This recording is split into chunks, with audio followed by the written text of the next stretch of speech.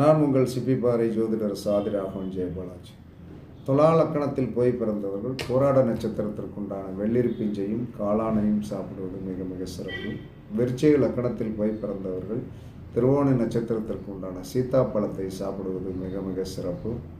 தனுசு லக்கணத்தில் போய் பிறந்தவர்கள் புரட்டாதி நட்சத்திரத்திற்குண்டான மாம்பழத்தை சாப்பிடுவது மிக மிக சிறப்பு. மகர லக்கணத்தில் போய் பிறந்தவர்கள் ரேவதி நட்சத்திரத்திற்குண்டான இழந்த பழம் சாப்பிடுவது மிக மிக சிறப்பு. கும்ப லக்கணத்தில் போய் பிறந்தவர்கள் என்ன சொன்னால் பரணி நட்சத்திரத்திற்குண்டான உணவாகிய நெல்லிக்கனியை சாப்பிடுவது மிக மிக சிறப்பு.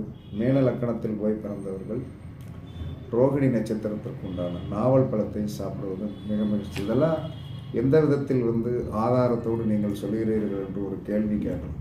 இதெல்லாம் உண்மை.